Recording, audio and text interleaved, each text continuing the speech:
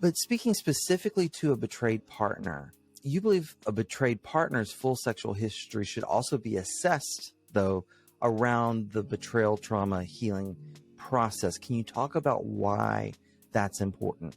Because I think that's missed. I'm just going to be real bold here. I think a lot of our colleagues are afraid to go there because it's such a tender thing, and they don't want it to in any way imply that there's some reason or fault on the betrayed partner's part. But I agree, it's so critical. Can you speak to that? I think it's important to do with every client, actually. I do the same thing with the addict that I do with the partner. We go from birth till today, and we take a look at sexual exposure, sexual mapping, relationships. How did they start? How did they end? What was it like with your parents in the home? What were you taught about sexuality, your sexual experiences? It's so important because not all the time, but often I have partners who are victims of sexual abuse from childhood. I have partners that came out of homes and they have a pattern of choosing men that don't value them and treat them well. They have their own body image issues. They were taught that they are to service the man, that it's their role to keep him happy sexually, and if he's not, it's their fault. So we have to understand as therapists, what are their beliefs around sex? What is their experience around sex? Because I'm empowering both to really have healthy sexuality, to walk in integrity around sex, to have your voice, and to question. So many times we don't question. Right? I want you to question what you were taught.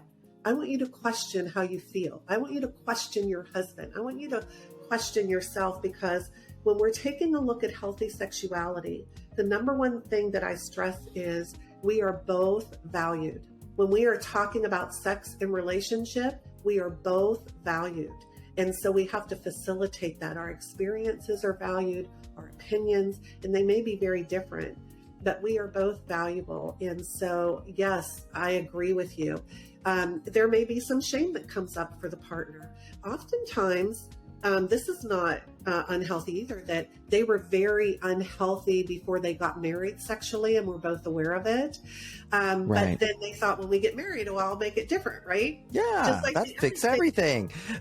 Yeah. When we get married, I'll stop acting out. I won't have to then because we'll be married, right? So there's all these things. Also, another very important thing that I've learned, Jake, is there can be some sexual abuse going on within the marriage that has never been spoken.